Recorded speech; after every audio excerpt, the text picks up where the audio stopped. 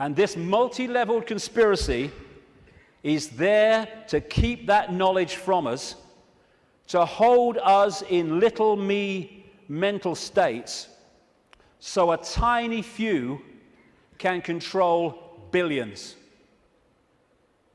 Without this knowledge, we cannot understand the conspiracy and how it works. And the question is, who's behind it? See, they're hiding already. Who's behind it? And that's what we'll get to in the next section, which will start in 10 minutes. Thank you very much. Thank you.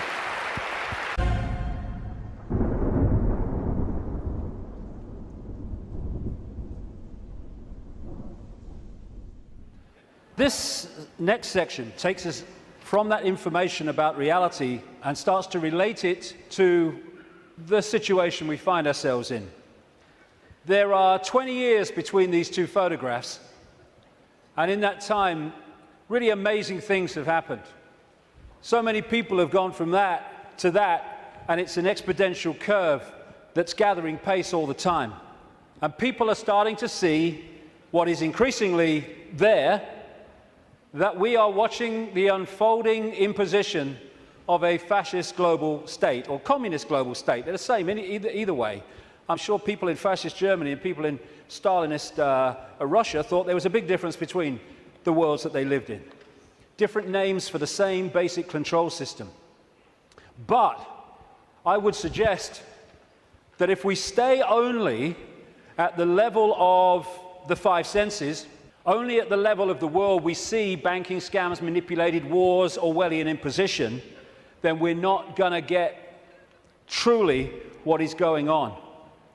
Because I say this, look at it.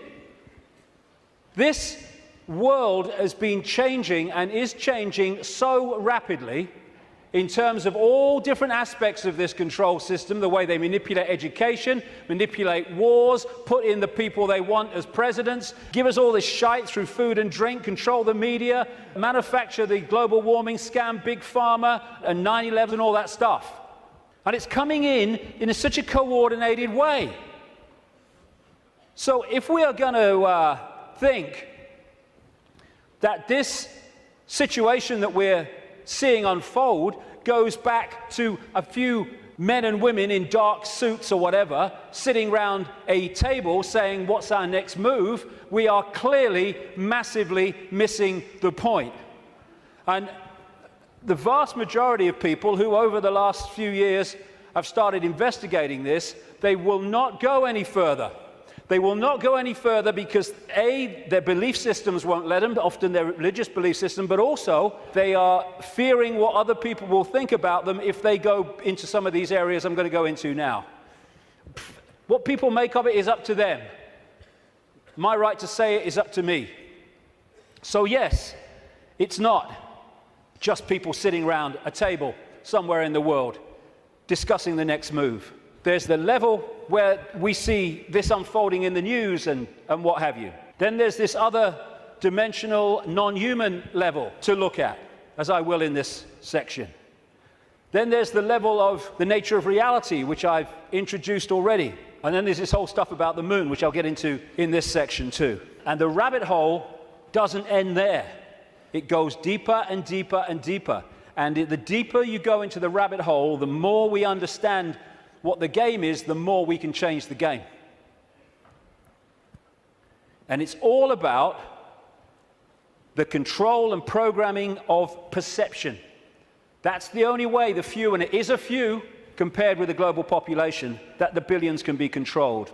Manipulating how we interact with reality, keeping from us that we are consciousness, putting us in these bubbles of our sense of limitation and I can't, manipulating the way we decode reality, and therefore making us see the world as the control system wants us to see it. That's the basis of all of it going through the day, because that's the basis of all of it going through the whole conspiracy. So yes, of course, on one level, it does manifest as dark suits sitting around a table discussing the next move. But that's still the play-out world of this conspiracy. It's not its origin. It goes beyond them into the advisors in the shadows, the Mandelsons in this country. Peter Mandelson, if he's not manipulating, he gets withdrawal symptoms, that man. And into the Rahm Emanuels, ditto, in America, the controller, handler of Barack Obama. It goes into deeper levels, beyond them, deep in the hidden secret society network. And eventually, it goes out of this dimension. And that's where this whole thing is really coming from. Beyond the frequency range of visible light. And it involves non-human entities. Some of them people call the Greys. The main ones, I would say, and have been saying for a long, long time, take a reptilian form. They operate outside. They can come into visible light, but in terms of the reptilian part of this, they can't stay here for that long. So people say, why don't they just come and take over? Because they can't, or they would. They can come for so long, but their vibrational difference, incompatibility, means they have to leave. They can't stay for long, although there are technological ways they can stay for longer. And they operate outside visible light, and they manipulate this reality through bloodlines, interbreeding bloodlines that I'll come to. And we call them the Illuminati families. So, we operate with invisible light, but outside of that, sharing the same space, is infinite other worlds and realities. And if a so-called UFO comes into this reality, because it's coming into visible light from where we cannot decode, it just seems to appear out of flipping nowhere. Because what it's done, it hasn't actually come in, it's just changed its vibrational state to resonate with invisible light, and it's like, it came out of nowhere. And then how often do you see it? Honestly, mate, there was this bloody UFO, and it disappeared just in front of my eyes. What are you on, mate? You on the pop or what? What it's done is increased its vibrational resonance to go beyond on visible light. Therefore, to the observer, it disappears. It hasn't disappeared at all. It's left visible light. And this range of frequency we call our world is being manipulated from vibrational frequencies beyond it. And Satanism is a network within visible light that interacts with these reptilian entities in various ways I'll get to before the end of the day. Places or areas of the heavens that come up, Orion comes up again and again in relation to these reptilians. And in terms of non-human visitations, so does the Pleiades, so does, in terms of the reptilians, area of the heavens they call the Draco constellation, which appropriately, coming through the word derivations, brings us draconian. And of course, draconian laws are the Orwellian laws coming in. Very, very appropriate. Sirius is involved as well. So, won't be able to get into this today, and there's a lot more to know anyway, but so is what happened to Mars, is all involved in this story, how it became the devastated place it was, but it is, but wasn't before. And when I talk about these areas of the heavens, I'm not necessarily talking about those places with invisible light, because just as we are multidimensional, so planets and stars, etc., are multidimensional. And just as a planet might be devastated within visible light, it's not necessarily devastated on other vibrational frequency levels of itself, because the Earth too operates in visible light, but also multi-levels, like everything else. Another major part of this story is that when these reptilian entities started intervening, they manipulated human genetics through interbreeding, not necessarily physical interbreeding, interbreeding through technological methods, and also changing human form by changing the messages, the information, I'll come to this before we finish this section, that the DNA is picking up. And through that, you can change a form by changing the information the DNA is picking up. And it's no accident that humans have massive, fundamental reptilian genetics. This part of the brain, which scientists call the R complex or the reptilian brain, will be very, very important as we go through this second part of the day, because it's fundamental to how human behavior and human perception is manipulated to see the world as we currently see it. This interbreeding is talked about and recorded all across the world in the ancient accounts. Of course, I guess because it's the Bible, The best known is this section from Genesis. There were giants in the earth in those days, and also after that, when the sons of God came unto the daughters of men, and they bare children to them. The same became mighty men, which were the old men of renown. But that's just the biblical version. Got a frog in my throat, the reptilian going. All across the ancient world, you see similar stories and accounts of this interbreeding. Something else goes parallel with the reptilian story. Again, not just in the Bible with the Garden of Eden and all that stuff, which of course the serpent was dominant, but across the ancient accounts. And that is the connection between the reptilian intervention and what we call the fall of man. And again, this is universal. And these themes will come together again and again as we go through this next part. The ancient accounts, again, and we're talking that part of the Yuga cycle, which they call the Golden Age, talk about the fact that there was a time when humans were so unbelievably different to how we are today. They were connected to higher levels of consciousness. They were in this world, but they were certainly not of it.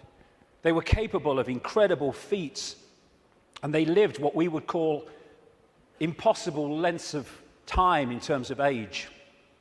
And then there was a sudden change, the fall of man, as it was called. What I call this is the schism. There was an energetic schism at the level of the metaphysical universe, the waveform-based information construct, and that, as it was decoded through into this holographic reality, obviously mirrored in the holographic play-out world the schism in the information construct. And this is a portrayal of that, a symbolic portrayal of that. Anything that happens here gets decoded through to there, and this is where the schism happened. It was like a distortion in the information. Thanks, mate. Cheers. You put the gin in, right? It was a distortion in the base information construct, and I'll be coming to how that happened. There were many consequences for this, and one of them was there wasn't just a schism in the energetic level of the world itself. There was a schism was passed through into human personalities. We became distorted also from the magnificence and harmony that we were before. And we went from that to this. And we're now at the point where we're coming out of that. And there was also genetic manipulation to stop us accessing ranges of frequency that we did before. This is a major reason, not the only reason, but it is a major reason why scientists call 95% of human DNA junk DNA, because they don't know what it does. This is the reason, not the only reason, but a major reason why we only use a fraction of our brain's capacity. This is why billions of cells in that bridge, the corpus callosum, don't seem to be doing anything. They've been switched off.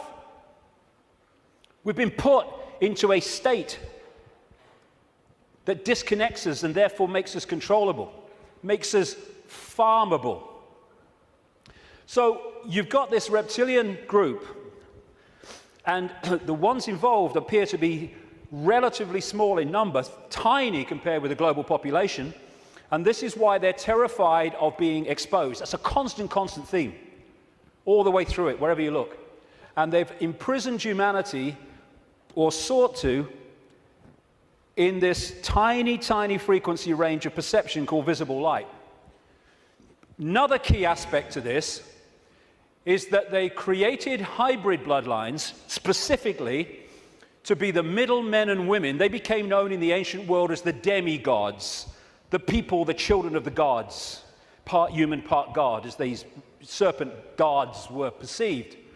And they were to be, like I say, the middlemen and women operating in visible light for the outside visible light control system. And it's appropriate that the caduceus and the symbol of the medical profession is the DNA, in effect, portrayed as two snakes. Because to these reptilian geneticists who were far, far ahead of where we are in public arena in terms of genetics and understanding, the DNA is a software program. And so they manipulate it for their own means. And this is crucial to understand the world that we live in. One seriously important aspect to this DNA, this hybrid DNA I'm talking about, is that it has eliminated what we call empathy, the ability to decode the emotion of empathy. Empathy is the fail-safe mechanism of all behavior. If I can empathize with the consequences for others of my actions, that limits and balances my actions. If I have no empathy because I cannot empathize, then there are no limits. There is nothing that won't do. 3,000 dead on 9/11, who cares? Who cares? That's what we're dealing with. And this is vital to get across. If we look at this information on the basis of thinking I wouldn't do that, so they wouldn't do it, then we're going to miss the plot completely. Because it's not like that. No, you wouldn't do it. They would, and have no emotional comeback whatsoever. The reason for the interbreeding, the hybrid, is vibrational compatibility. These hybrids have a greater infusion of reptilian DNA than the general population, although we have a lot. And therefore, the resonance is sympathetic to the resonance of these entities operating just outside visible light.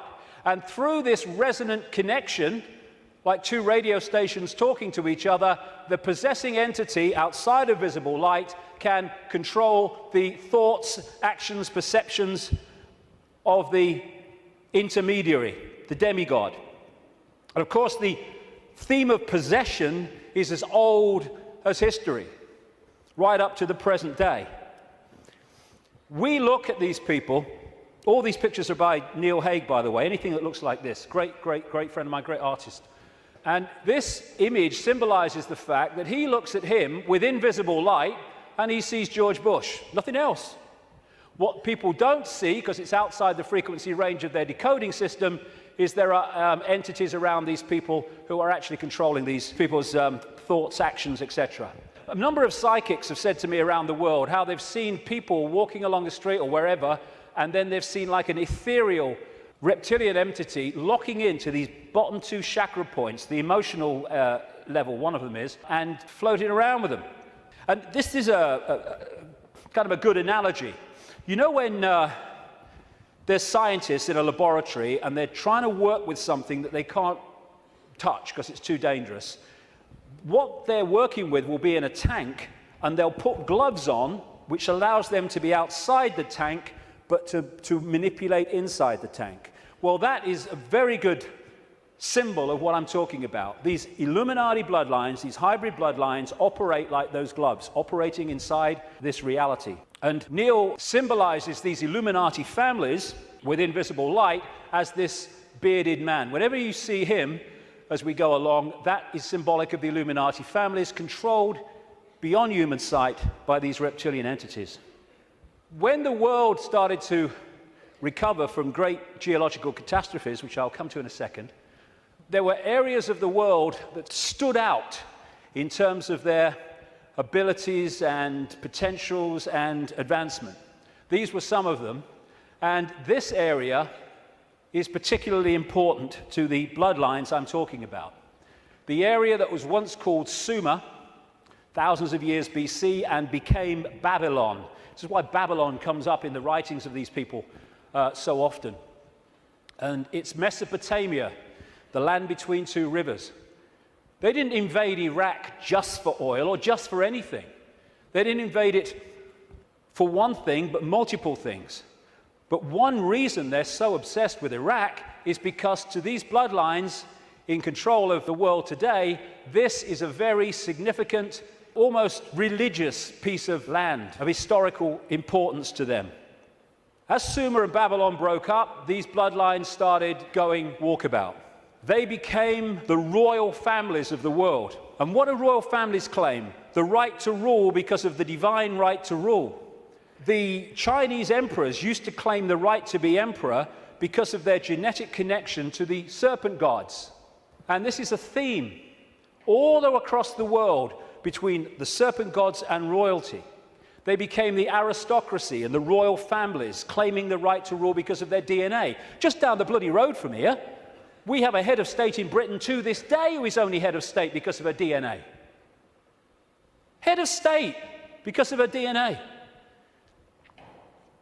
I actually made a complaint, nothing happened to it, but I made a complaint to the Race Relations Commission, or whatever they call it. They said, if you see racism, report it. So I reported the royal family. I thought, well, I mean, you would.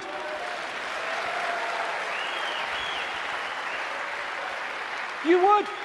Because they go, racism, we must stop racism. All these bloody politicians go, well, get down to Buckingham Palace then. You're saying you can only be head of state, not only if you're bloody white, effectively, but if you only come from the same bloody family. Ridiculous. Anyway, it's always been and it still is. And so these aristocratic and royal families moved on. Eventually, when the people started to rebel against overt royal control dictatorship, these families, some of them stayed in the royal families overtly, and there's still some around, like ours. But these families moved into politics, into banking, into business, and became the dark suit, but they still perceive themselves as royalty, as special, because of this genetic connection to the serpent gods. And through the British Empire, the so-called Great British Empire, and the other European empires, as these bloodlines moved up into Europe from the Middle East, etc., they exported these bloodlines all over the world. And we saw them in power in what we call colonization. But there's two types of control. One has a finite life, one can go on forever until it's exposed. The one that has a finite life is a dictatorship that the people under dictatorship can see, touch, and taste. Communism, fascism, apartheid. People know where they stand, and eventually, therefore, they will rebel against it because they know what they're dealing with. The greatest form of control is a control you can't see. Prison without the bars. You can't see the bars because you'll just sit there. People do not rebel against not being free when they think they are. And that's the idea of replacing the colony control with another kind of control called freedom. So what happened is, as these colonies, like the United States as it became, etc., and all the others around the world, as they were given independence, what was left out in those countries were the bloodline, under different names, the secret society network that manipulates the bloodline agenda, and those countries have gone on being controlled ever since. But because they have the ability to have a vote every 4 or 5 years, they don't realize they live in a tyranny. And that's how it works, the prison without the bars, and until it's exposed, it'll go on forever. And so these kind of people, especially the Rothschilds, they are major, major players in this. They are the middlemen for the manipulation of this reality from these entities mostly outside of this reality. And what they've created is like a global transnational corporation. What you have with a corporation is you have a headquarters somewhere in the world, and then in each country you have subsidiary companies of that headquarters, that central point. And all the subsidiaries in the world carry out the policy of the central point. Well, what these Illuminati hybrid family networks have done is create exactly the same, but instead of companies, they are secret society networks. So you've got the center of the web in Europe, for historical reasons, at operational level anyway, people at places like London, not the British government, the secret society centre in London.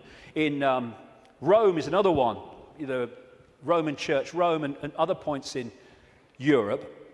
And then in each country, you have families from the network in those countries whose job it is to run the networks that control that country's business, banking, politics, media, all of it. And so what you have is, from this central point in Europe, the center of the web, all these different places and countries all over the world then impose on their country what is being dictated here. And that's why as I travel around the world, I see the same things being introduced in different countries at the same time, overwhelmingly justified by the same excuses. It's all a global network. It can be symbolized too as a web, like I say, with the Rothschilds real close to the spider, and all these different strands on the web are different secret societies, different semi-secret societies, transnational corporations, and all the rest of it. So when you see all these different names of these corporations that dominate the world in so many ways, and the pharmaceutical cartel and the oil cartel and all the rest of it, the biotech cartel, they're all different names or different masks on the same one face. And so you have this structure where outside of visible light, you have the reptilian control system, comes down through the Illuminati families, and they control the people in power to push the world in a certain direction. Another way of looking at it here. You see, all these different people, these fight among themselves and all the rest of it, though if it gets out of hand, they get sorted. So these sit on the top of all these different countries. They control these different areas of their societies, and the people are then played off against each other. These buggers don't go to war, they tell these buggers to go to war. And if we stop going to bloody war, game over. But we do. Ridiculous. That's part of becoming conscious.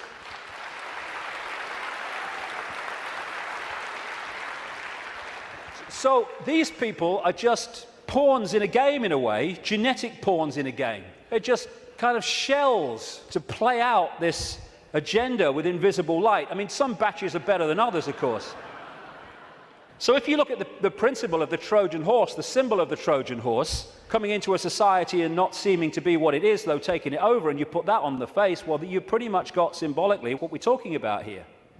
People send me pictures from around the world and stuff that they find on the internet and elsewhere, which have a kind of reptilian feel about them. I'm not saying these are reptilian eyes, it could be a trick of the light, but I've used it because it gives an indication of the number of people that have told me this all around the world, from all walks of life, how they've seen people shift from a human to a reptilian state, and especially the eyes are the first to go. They describe how the pupils become reptilian. And interestingly, a great friend of mine has an associate who, I don't agree with it, but he's been doing a research project to develop iris scan technology, and it led to him looking very deeply into 2,300 eyes. And he said he knew nothing about what I'm saying, probably never heard of me. And he said to my friend, the amazing thing was that about 4% appeared to be of reptilian type and appearance. And that is a recurring number, in my research anyway. 5% seem to be of this hybrid nature. So these people are reptilian hybrid human reptilians. And you look at the eyes, but behind the eyes are something else. I had an experience with this guy, Ted Heath. He was Prime Minister of Britain from 1970 to 74, took us into the European Union as it became. And it's a long story, I've told it before, but he looked at me in a dressing room in a television station, and as he looked at me, this is what his eyes did. His eyes went completely black, everything. And as I looked into his eyes, it must have been like that for, I don't know, maybe a minute, 2 minutes. And as I looked into his eyes, I said at the time, it was like looking into two black holes, because you couldn't make eye contact because there was no contact. And it was like, as I know now, looking through him into this other dimension where he was really controlled from. This man, Ted Heath, oh, my goodness me. My goodness me, the children that guy has tortured and killed. And I've been saying this since 1998 in print, and he was alive for many, many, many, many years after that. And nothing happened. Why? Because it's true. And so these people are like hiding behind human form. And hey, I rest my case. I rest my case.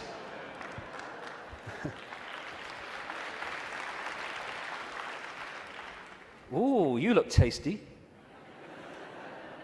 And this lack of empathy in this hybrid DNA explains why these guys do what they do.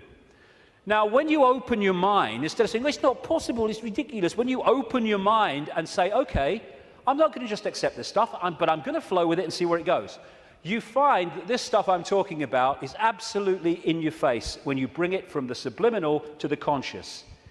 The oldest form of religious worship in the world has been taken back 70,000 years to an area of the Kalahari Desert in South Africa, and it is worship of the serpent or worship of the snake. This man, Reverend John Bathurst Dean, wrote a book, very, very good book, 1933, called Worship of the Serpent, in which he studied serpent worship around the world. This was his conclusion. It appears then that no nations were so geographically remote or so religiously discordant, but that one and only one superstitious characteristic was common to all, that the most civilized and the most barbarous bowed down with the same devotion to the same engrossing deity, and that this deity either was or was represented by the same sacred serpent. It appears also that in most, if not all, the civilized countries where this serpent was worshipped, some fable or tradition which involved its history, directly or indirectly, alluded to the fall of man in paradise, in which the serpent was concerned. What follows then, but that the most ancient account respecting the cause and nature of this seduction must be the one from which all the rest are derived, which represent the victorious serpent, victorious over man in a state of innocence and subduing his soul in a state of sin, as he would call it as a reverend, into the most abject veneration and adoration of himself. Like I say, wherever you go, it comes up. You find obvious representations of the serpent gods. These were found in graves of the Ubaid people that preceded Sumer in what we now call Iraq. These were the Nagas, the shape-shifting reptilian people of Asia. The Druids used to worship a serpent god called Hu. If you play that word through, Hu man becomes serpent man, appropriately. The Egyptians used to worship serpent gods and represent their pharaohs as a result of that in this way. You had the cobra coming from the headdress there. You had the cobra head gear itself representing the snake. You had the belly of the cobra. The cobra is a constant common symbol of this serpent race. In Central America, you had Quetzalcoatl, the feathered serpent god, and the Mayan version of it was Kukulkan in places like Chichen Itza. Of course, right across Asia, Japan, China, etc., the very most dominant symbol of that part of the world is the dragon, which comes from this worship of the serpent gods. Folklore is full of serpent stories and what have you. When I first met Credo Mutwa, a long time ago now, he contacted me when I was going around South Africa, this Zulu shaman, the official historian of the Zulu nation, because he'd read in a book called The Biggest Secret that I'd introduced this reptilian stuff for the first time, and he said, Mr. David, how do you know? How do you know about the Chitahuri? And I didn't know about the Chitahuri. Tell me. And he told me the story of African history where the Chitahuri, which translates as children of the serpent or children of the python, had taken over the world in the very same way that other parts of the ancient world described it. This is a painting that he did of one type of this Chitahuri from ancient and modern accounts. And he showed me this called the Necklace of the Mysteries. It says a necklace, it's very, very heavy, copper, and it goes on your shoulders. How he keeps it on his shoulders, I'll never know, it's so heavy. And he uses it as the historian of the Zulu nation, the symbols hanging from it, to tell the story of Africa and the world in general. And pride of place on the front is a non-human entity with a willy in come and get me mode and a human woman. And I said to him, what's all that about? And he said, this is symbolic of the interbreeding of the Chitahuri and humans to create these hybrid bloodlines, these children of the serpent. And then I asked him, oh, by the way, that's copper now, but in the original, and this Necklace of the Mysteries, by the way, is mentioned in accounts 500 years old, and Credo reckons it's about 1,000 years old, and it has a flying saucer on it, very clearly, a flying saucer hanging from it, which the storytelling says that's how the Chitahuri came here. Anyway, this is copper now, but it used to be gold. Someone stole it, and they couldn't afford to put gold back. And that takes us to North Africa and Egypt, and the base story of the Egyptian myths, and that's the golden penis of Osiris, which all relates into this golden bloodline, this special bloodline. And when I said to Credo, why is it not reptilian, he said, because the Chitahuri, and this is a theme I've found all over the place, the Chitahuri said you must not portray us as we really are. Some people did, most people didn't. They had to do it symbolically. So they made it absolutely, obviously not human, but not reptilian for fear of the consequences. And when I was writing the new book, Human Race, Get Off Your Knees, I came across a work in progress, I think it's finished now, by a man called Pierre Sabac. And he was producing a book called The Murder of Reality. And Pierre Sabac spent 7 years nearly poring through dictionaries. He's crazy about words and derivatives, poring through dictionaries and what have you, of all these different peoples and different languages and different eras.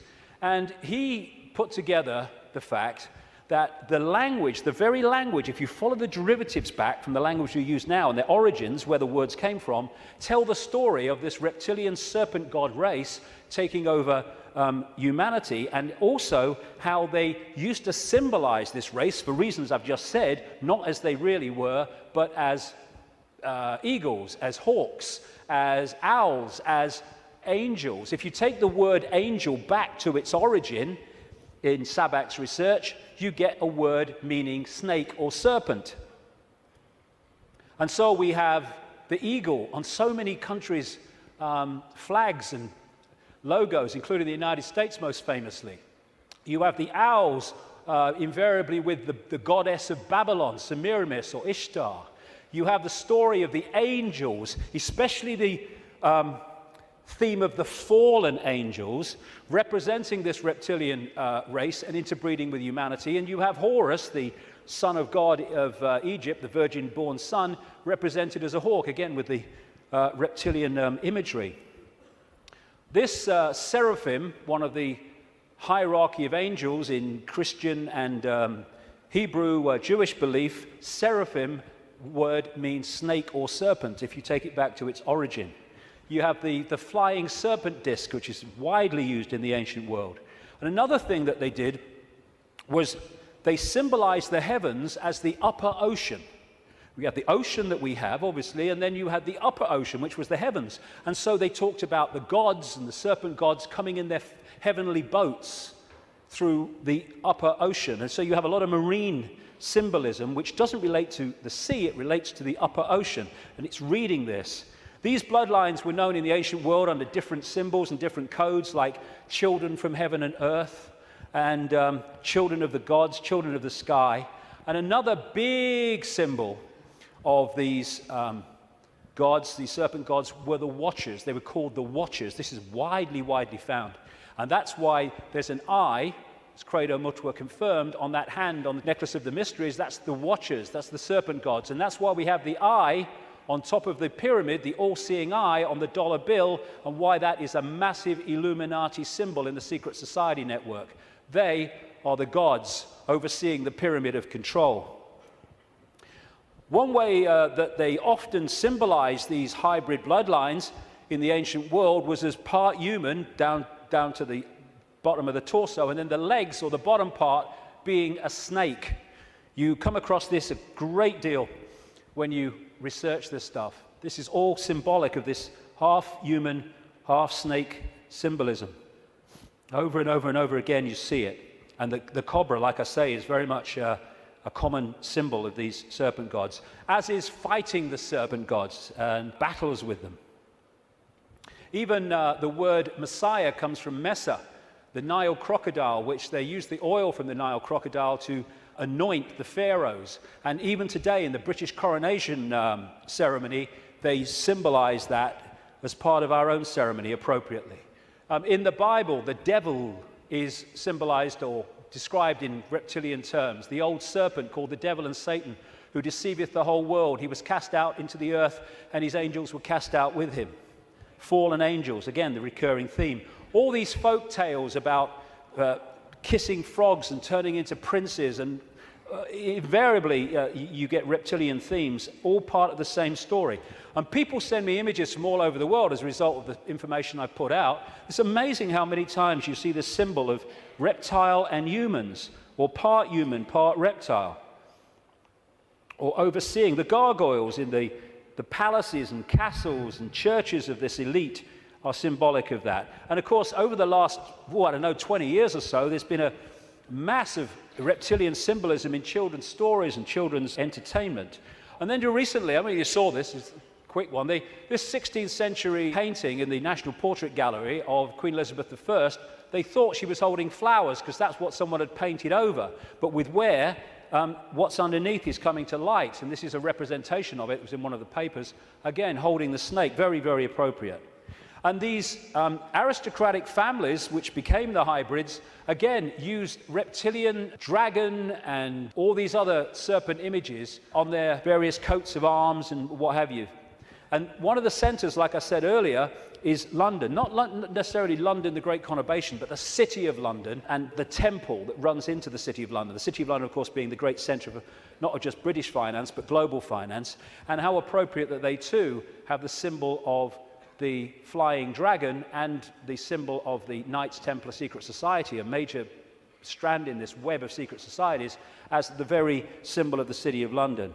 You pass these as you go into the city, of course. Another theme you find with images around the world is of serpents eating humans. And not nice, it isn't, of course, but they do eat humans. When these reptilians come into visible light, they use humans as their food, like humans use animals, cattle, sheep. And then you'll see the recurring theme all over the world. This is in Central America, the Mayan area. This is a painting by Credo Mutwa from South African myths of the serpent gods, the Chitauri, eating humans. And this is Alfa Romeo. What's it doing there? What's it bloody doing there? Same thing. And in the garden of one of the palaces, or whatever you call them, mansions of Silvio Berlusconi in Italy, the leader and one of the world's most corrupt men, is again the same image. And outside of visible light, they feed off human energy, human emotion, especially, only low vibrational emotion, because that's all they can really access. And so they have to keep humans in a state of mental and emotional suppression so that we keep feeding out this energy, which they then absorb. And that will become relevant in the next section when I get into why pedophilia is so widespread among this elite. Because energy changes with the emotions we give out. When we give out love, it's a certain wavelength. When we give out hate, it's a very different wavelength. And a friend of mine in Japan has become very well known for taking water, name's Mr. Emoto, taking water, putting it in a container, and then he'll put words of love or hate or whatever on the side of it, because when you write a word, that word may seem in the decoded realm as a word you can see and read, but in the vibrational realm, it represents a vibration. If you could see the vibration of writing the word hate to writing the word love, it would be dramatic. In fact, you're looking at it. Because what happens is, after he's put the word on the side of the water, he then freezes the water really, really fast. I've seen his laboratory where he does it. And then he photographs the crystals. This is the crystal from a water that had love and appreciation written on it. This is the crystal that had hate written on the side of the water. And he's done whole books about this stuff with all these pictures in it. And this is the energy that these entities absorb when they're outside of visible light, which is most of the time. And therefore, they have to keep us in a state that keeps producing that. All this vampire stuff, because they drink human blood with invisible light because it carries the human genetic code and allows them to hold their vibrational compatibility with this reality for longer before they have to get the hell out of it. That's why they drink so much blood.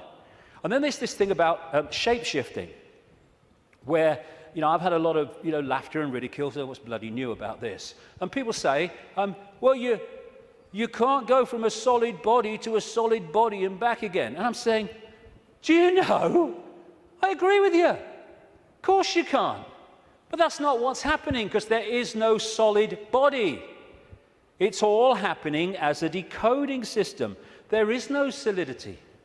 So what shape-shifting is you have a situation like this, and the front dominating from our perception of observation energy field is the human one. So we look at George Bush or somebody, and we see a human.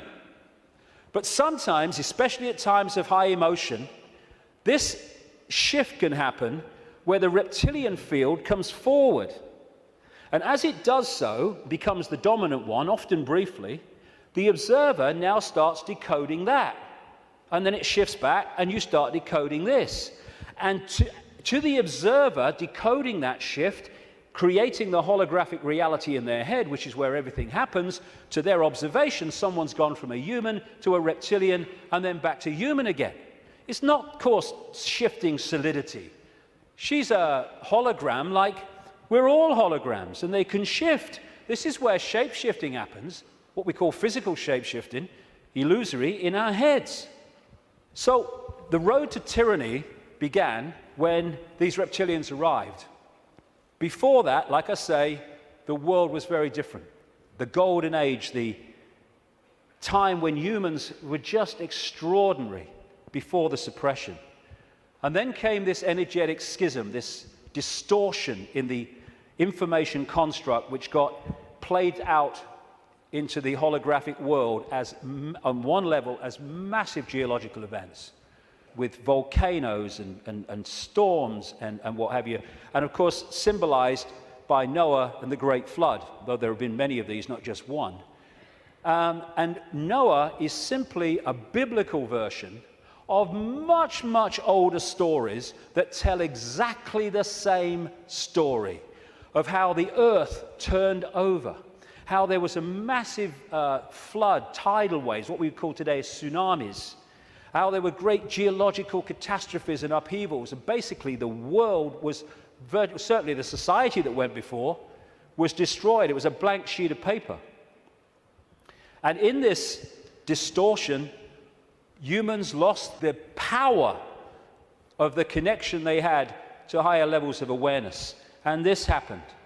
We went from being part of the field, knowingly so, and to being taken over and suppressed by this reptilian race. Because once the blank sheet of paper was created by the geological catastrophe, and why that happened I'll come to not very long from now, the earth started to settle down, and when it settled down, then everything started to be rebuilt, but in a very, very different, much lower level than it was before. And there was the genetic manipulation too. And in China, unlike most other countries, you can't access vast tracts of the internet because the computer system has been firewalled off to stop Chinese people accessing that area of the internet that the authorities don't want them to see.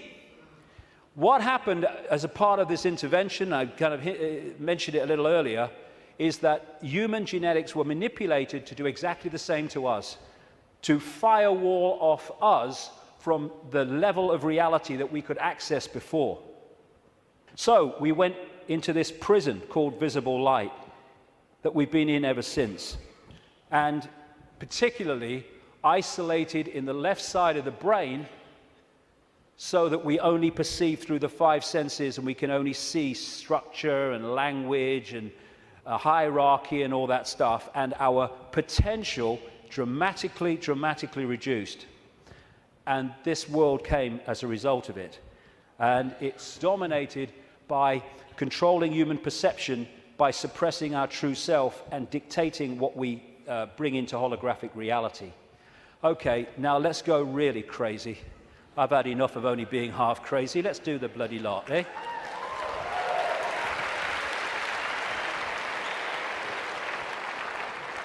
What I want to say before I go into this is this. One of the most profound ways that people are controlled is to limit their sense of possibility.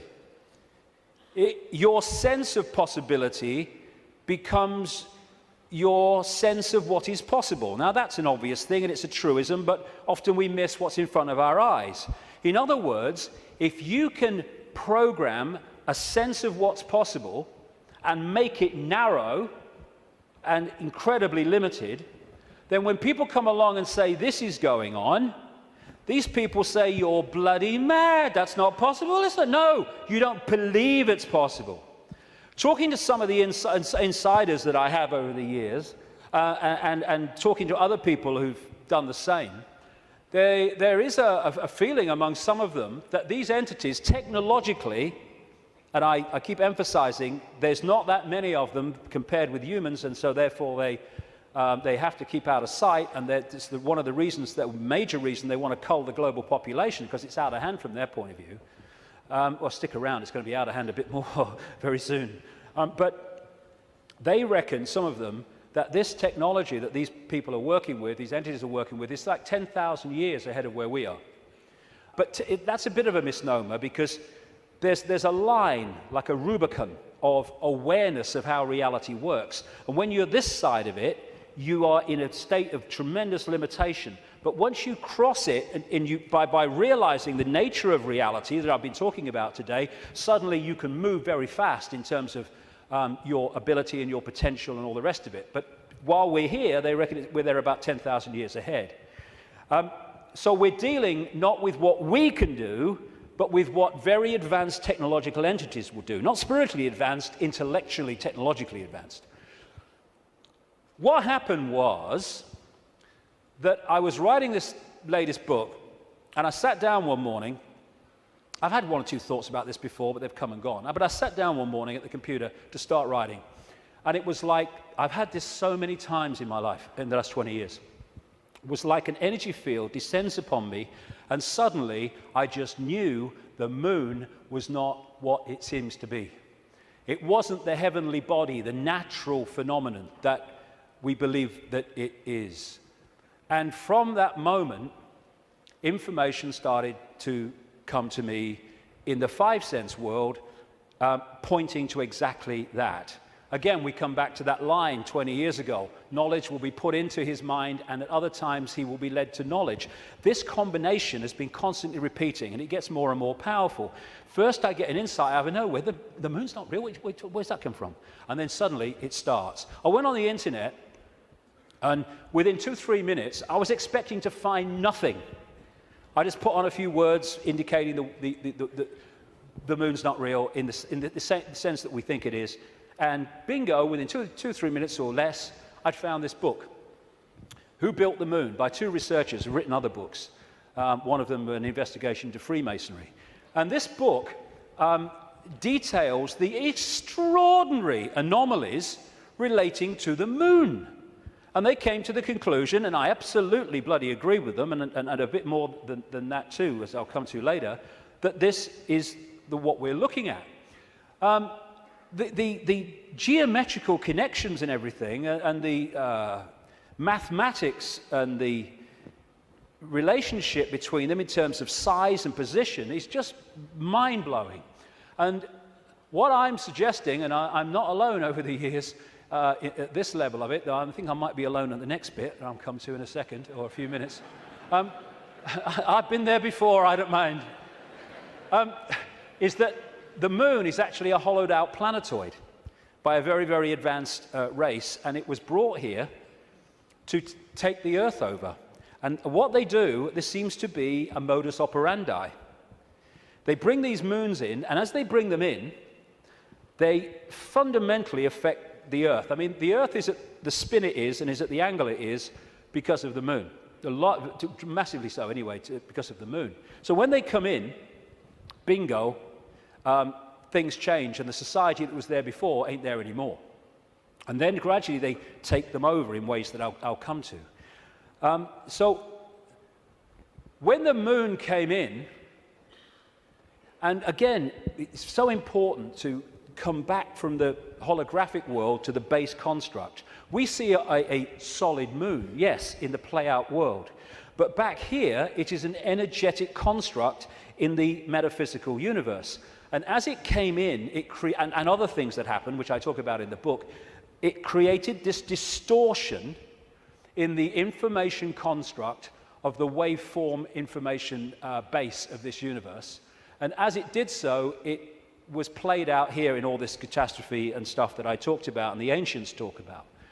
It was played out as this great geological catastrophe and the great flood and all the rest of it. And what is a common theme that they talk about, the ancients, in relation to this? The earth turned over. And you think, how the freaking hell can the earth turn over? Well, what happened? What happened when the moon came in, the earth turned over? It's at an angle that it is today because of the moon. And so the distortion brought an end to the world that was there before, and we basically went back to rubbing sticks together because of what happened. And that distortion was played out in the human mind, the human perception, the human psyche, and we completely changed our perception of the world and who we are, where we are.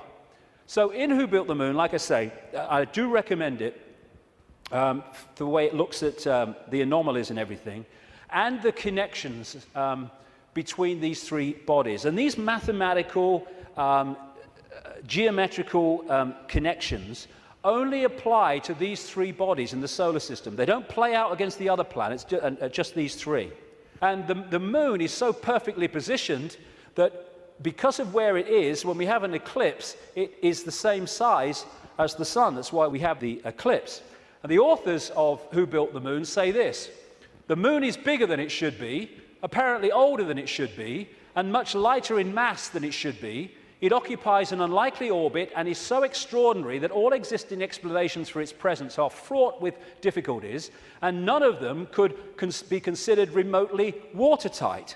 When you go on and you say, where'd the moon come from? You get this story. And like so much in what we call science, that people take it as fact, it's actually a theory which repeated becomes fact. But then you go back and you find that it's a theory. And the first one is the moon was created by what's known as the whack theory, or the big whack theory. And that is that a Mars-type planet came in, smacked the Earth, great chunk came off, and became the moon. When the physics of that didn't work out, they came up with the double whack theory, where the Mars-type planet hit the Earth, bit comes off or whatever, and then the Mars-type planet thinks, well, I'll give him one with the right, I'll give you one with the left, comes back and whacks it again, the old 1-2. Talk about bloody desperate. And the truth is, and honest scientists will tell you, they have no bloody clue where the moon come from, and it shouldn't, by physics, be there. This guy, Isaac Asimov, a Russian professor of biochemistry, did a lot of writing on this sort of stuff, and he said this, quite rightly: we cannot help but come to the conclusion that the moon by rights ought not to be there. The fact that it is one of those strokes of luck almost too good to accept. Small planets such as Earth with weak gravitational fields might well lack satellites. In general then, when a planet does have satellites, those satellites are much smaller than the planet itself. Therefore, even if the Earth has a satellite, there would be every reason to suspect that at best it would be a tiny world, perhaps 30 miles in diameter. But that is not so. Earth not only has a satellite, but it is a giant satellite, 2,160 miles in diameter. How is it then that that tiny Earth has one? Amazing. Some scientists don't even talk about a planet-satellite relationship, but a planet-planet relationship. The moon's bigger than Pluto. The best explanation for the moon is observational error. The moon doesn't exist, that scientist said. Another one from NASA: it seems easier to explain the non-existence of the moon than its existence. And then we get the hollow moon. This is what I'm saying, and others have said, is that it's a hollowed out planetoid. In November 1969, the moon was hit by a lunar module to the equivalent of 1 ton of TNT. The shock waves built up, and NASA scientists said the moon rang like a bell. Maurice Ewing, a co-director of the seismic experiment, told the news conference, "As for the meaning of it, I'd rather not make an interpretation right now, but it is as though someone had struck a bell, say in the belfry of a church, a single blow, and found that the reverberation from it continued for 30 minutes. It got a bigger smack eventually, which I'll come to." Frank Press from the Massachusetts Institute of Technology, MIT, said that for a rather small impact to produce an effect that lasted for 30 minutes was quite beyond the range of our experience. This is a guy called Gordon MacDonald. He said in the early 1960s, it would seem that the moon is more like a hollow than a homogeneous sphere. And this guy from MIT said the lunar orbiter experiments had vastly improved knowledge of the moon's gravitational field and indicated the frightening possibility that the moon might be hollow. Now we'll come to this bigger whack. A launch vehicle struck the moon with the equivalent of 11 tons of TNT, and NASA scientists said the moon reacted like a gong and continued to vibrate for 3 hours and 20 minutes to a depth of up to 25 miles. Ken Johnson, a supervisor of the Data and Photo Control Department during the Apollo missions, told Who Built the Moon author Alan Butler that the moon not only rang like a bell, but the whole moon wobbled in such a precise way that it was almost as though it had gigantic hydraulic damper struts inside it. These two Russian scientists from the Soviet Academy of Scientists wrote an article in 1970 in Sputnik magazine in Russia headed, "Is the Moon the Creation of an Alien Intelligence?" And all these years later, it indicates to the fact that they were right. What they point out, and others point out, is the outer surface of the moon is extremely hard and contains minerals like titanium.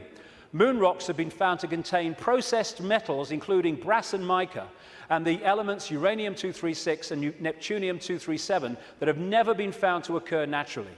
Uranium-236 is a long-lived radioactive nuclear waste and is found in spent nuclear fuel and reprocessed uranium. Neptunium-237 is a radioactive metallic element and a byproduct of nuclear reactors and the production of plutonium. Some lunar rocks have been found to contain 10 times more titanium than titanium-rich rocks on Earth. Titanium is used in supersonic jets, deep-diving submarines, and spacecraft. Dr. Harold Urey, the winner of the Nobel Prize for Chemistry, said he was terribly puzzled by the rocks from the moon and in particular their titanium content. He said the samples were mind-blowers and that he could not account for the titanium. The two Russian scientists said in their article, if a material had to be devised to protect a giant artificial satellite from the unfavorable effects of temperature, from the cosmic radiation and meteorite bombardment, the experts would probably have hit upon precisely these refractory metals. Refractory metals are incredibly resistant to heat and wear. In that case, is it not clear why lunar rock is such an extraordinarily poor heat conductor, a factor which so amazed the astronauts? Wasn't that what the designers of this super Sputnik of the Earth were after? From the engineer's point of view, this spaceship of ages long past, which we call the moon, is superbly constructed. They say it's a hollowed-out planetoid, and they say if you're going to launch an artificial Sputnik, then it is advisable to make it hollow.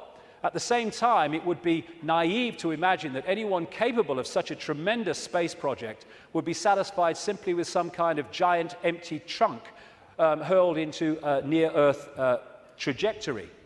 It is more likely that what we have here is a very ancient spaceship, the interior of which was filled with fuel for the engines and materials and appliances for repair work, navigation instruments, observation equipment, and all manner of machinery.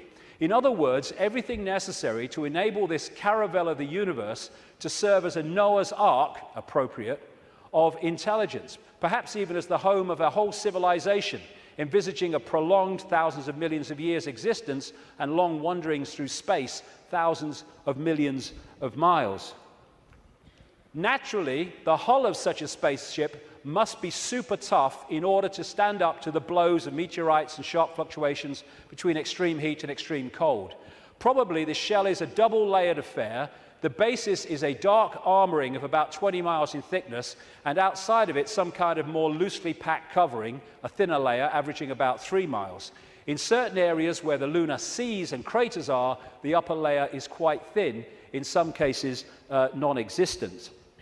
And as this scientist said, the moon is made inside out. In other words, what's on the outside should really be on the inside, and that supports the idea of a hollowed-out planetoid. So, when I've started to put this together, and there's a lot more of this in the new book, I then call the oracle in South Africa, Credo Mutwa, and I found Zulu legends to be incredibly accurate with their symbolism.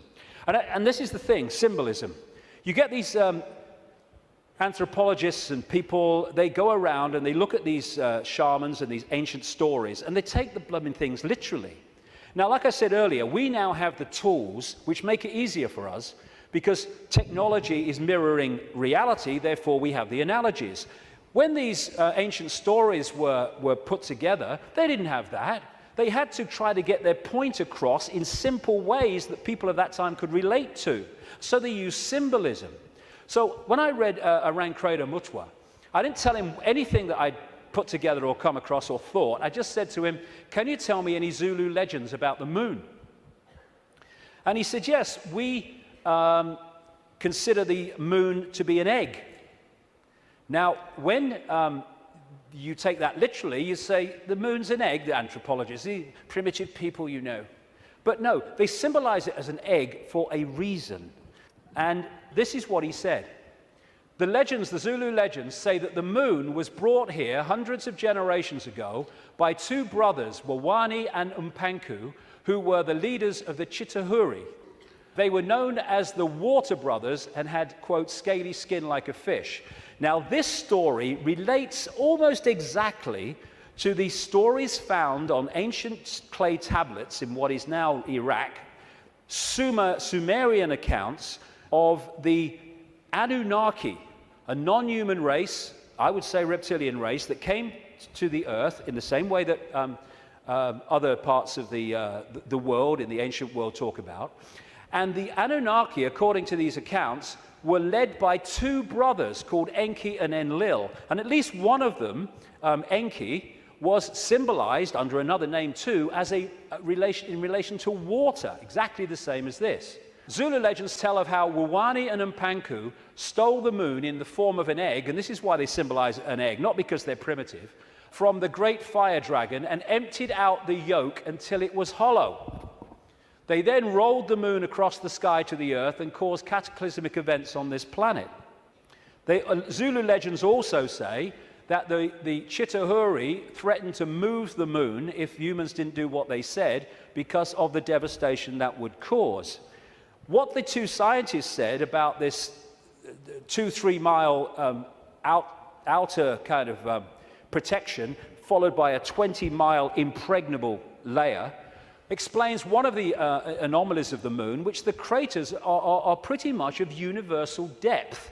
Even though the scale of the impact and the size of the crater can be massively different, the depth is about the same, really, within a very short ratio. And that's, the scientists say, because it goes into the outer layer, the kind of buffer, but it can't go further than this inner protection layer that is impregnable. This guy, Don Wilson, wrote a book in the 70s called Our Mysterious Spaceship Moon. And these are some of the anomalies that he lists, and there are others that can be explained by what we're talking about. Why the moon is a freak world, too big and too far out to be a natural satellite of Earth. Why the moon has such shallow craters. Why some moon rocks are older than Earth and as old, at least, as the solar system. Why the moon seems inside out. Why the moon vibrates like a huge gong, transmitting tremors great distances around and through itself. How the moon can produce so many contradictions of data and findings. And I think it was in 2001, there was a series of people who spoke at the National Press Club in Washington who were insiders of government projects and space projects, etc., who came out to give evidence on things that they saw and were covered up and have never come to light. And one of them was this man, Sergeant Carl Wolf. He was a precision electronics photographic equipment engineer based at the Langley Air Force Base in Virginia. That's the CIA Air Force Base. One of the planes in 9/11 flew out of that and never got there, weren't meant to. But what he told at the press club was that he was called across to part of this base where they were putting together what they called mosaics. As the craft were flying over the moon and photographing it, they were taking different photographs and piecing them together to complete the landscape. And they had a technical problem, so he went over to try to help them out with it. And then a guy there who was working with his mosaics showed him something of interest. And this is what he said at that presentation in Washington. Then he pulled out one of these mosaics and showed this base, which had geometrical shapes that were towers. They were spherical buildings, they were tall towers and things that looked somewhat like radar dishes, but they were large structures. If I compare it to what I have seen now, because I do have photographs that have artifacts in them that are similar to what I saw, they're massive. And this is a thing, you think about the moon, massive. This is a thing that comes up. The structures and technology and, if you like, spaceships that these people work with, some of them are absolutely enormous, beyond our comprehension, because they've crossed that Rubicon of understanding how reality works and therefore what possibility is. Some of these structures are half a mile in size. They're huge structures. Some of the buildings seem to have very reflective surfaces on them. A couple of structures that I saw reminded me of cooling towers at power generating plants. They had that sort of shape. Some of them were just very, very straight and tall with a flat top. Some of them were round. Some of them looked like Quonset huts and with a dome, a kind of like a greenhouse. The particular shot that I saw, there were several clustered together over the landscape, a fairly large landscape. And other people at that press club presentation talked about how NASA systematically smudged out or removed any non-natural artifacts that they showed on the surface of the moon. And this documentary called Moon Rising, you can watch it on YouTube, I think, looked at photographs taken by something called the Clementine mission in 1994, I think it was, which took 1.8 million photographs, digital photographs of the moon. And you see the way that some things on the landscape were just blocked out. I mean, what's behind this? There's loads of these things which they've blocked them out, and then there's this, which has been smudged out. If you take it from another angle, there it is. What the heck is that?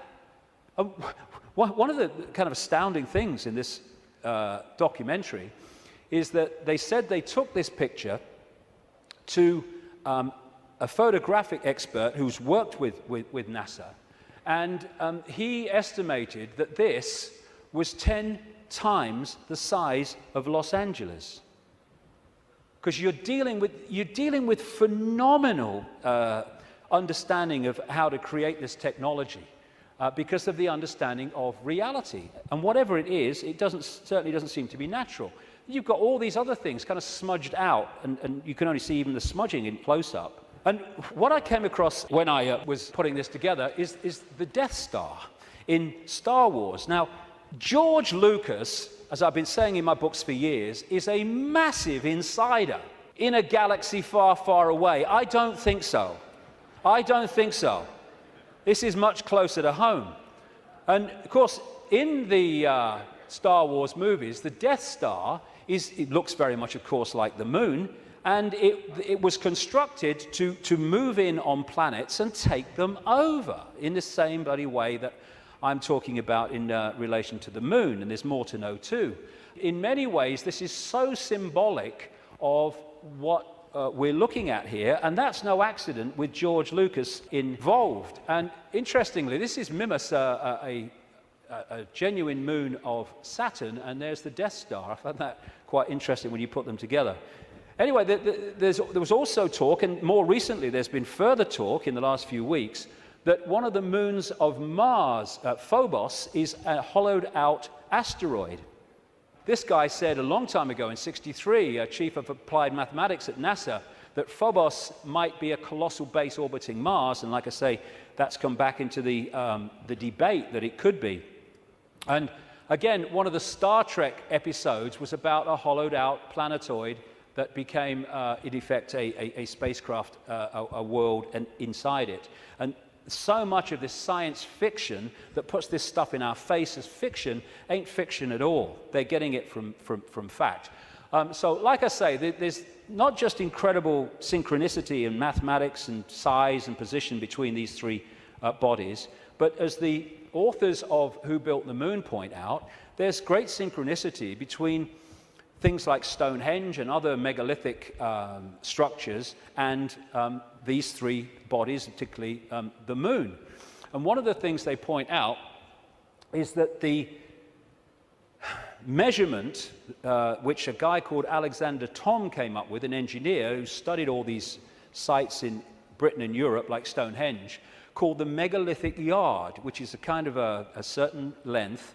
And he said that all these major, especially Stonehenge and things like that, broke down into these megalithic yard mathematics.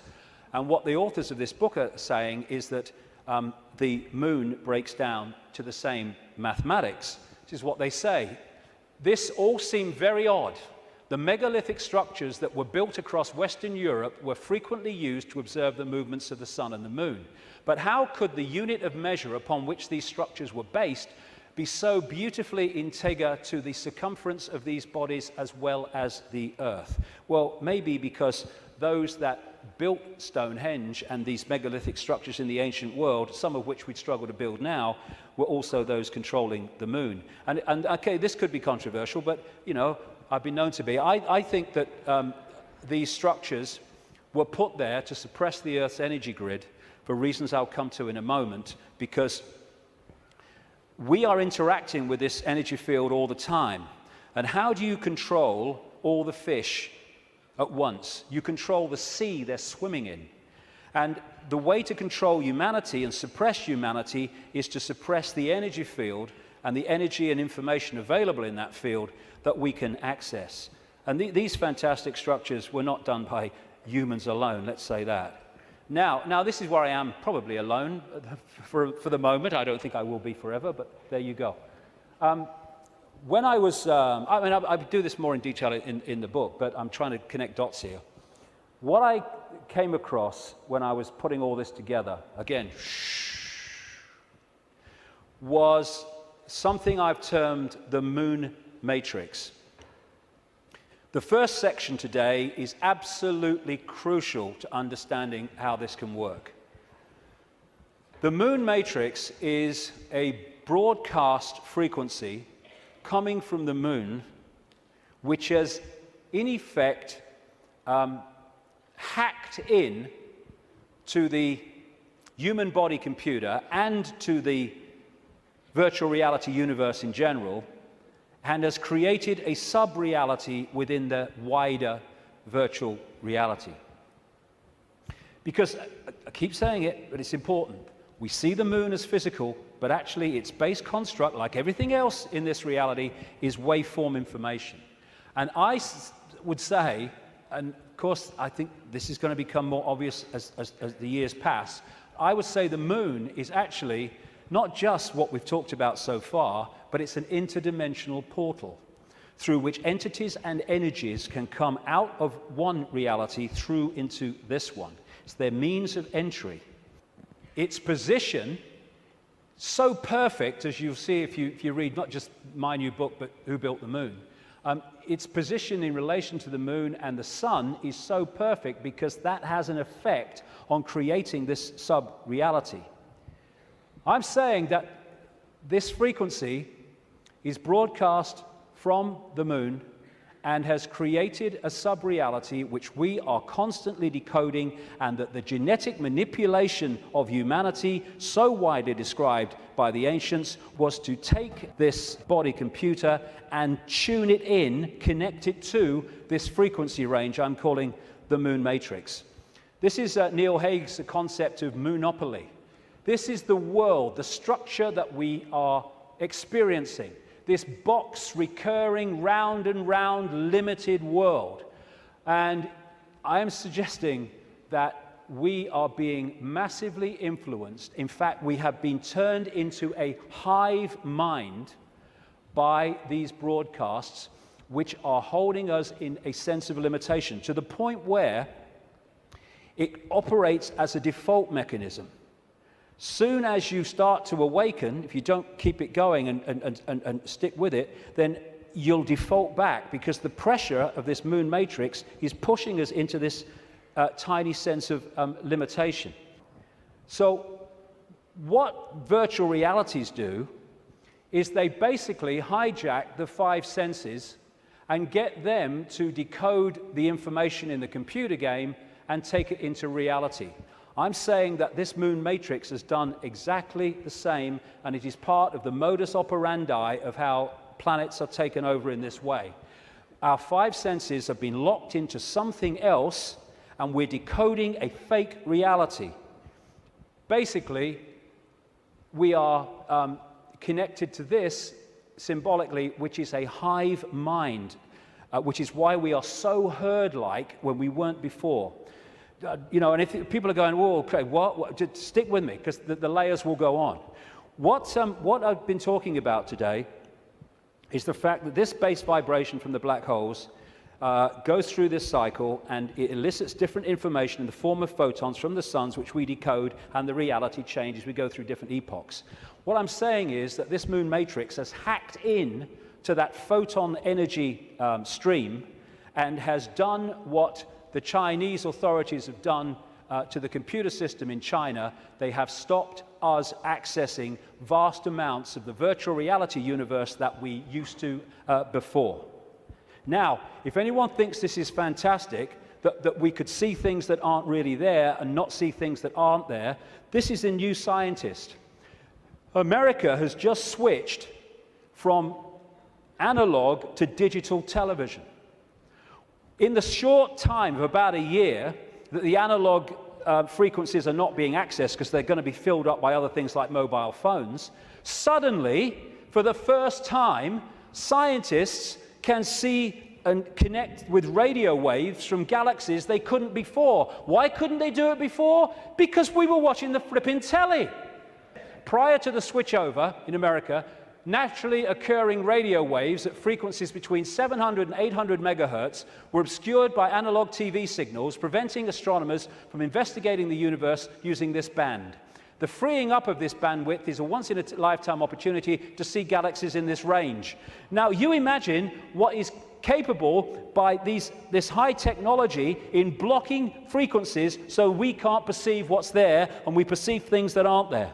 That's what this is doing, I suggest. And I'll add more detail as we go along. In effect, we're operating within a bubble, a virtual reality bubble, within the wider virtual reality universe. And it's connecting in through our crystalline receiver transmission system, same with the Earth, and creating this situation where we are decoding a world that may even not be there, who knows, but certainly is different to the world we think it is. And we go back to this more accurately now. The matrix, I would say the moon matrix, is everywhere. It is all around us, even now in this very room. You can see it when you look out of your window and you turn on your television.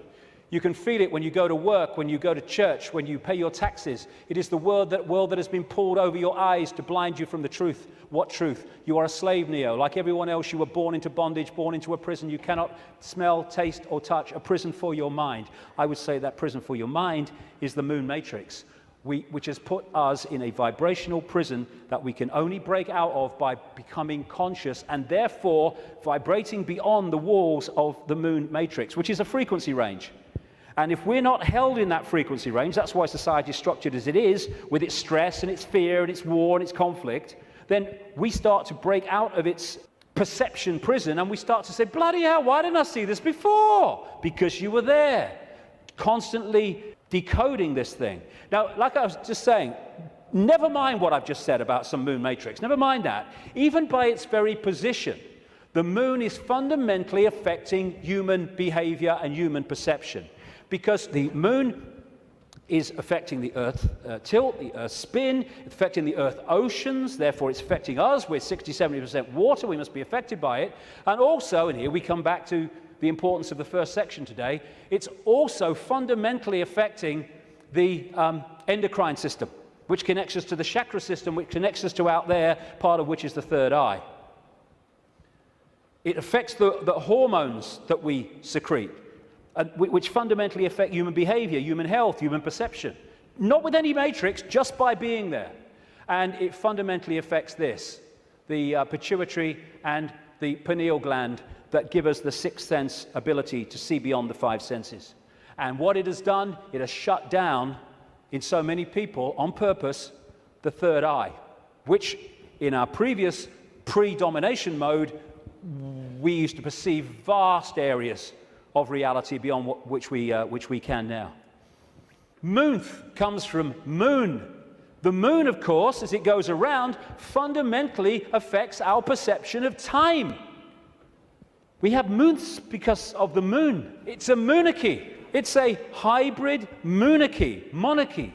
And one of the major ways they control us, seems to be a modus operandi again, is money, controlled by the Rothschilds.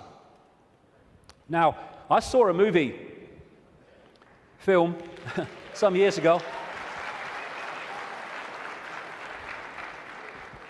called They Live. It was a B-movie, and it was not just produced and directed, he wrote the music, every bloody thing, by a guy called John Carpenter.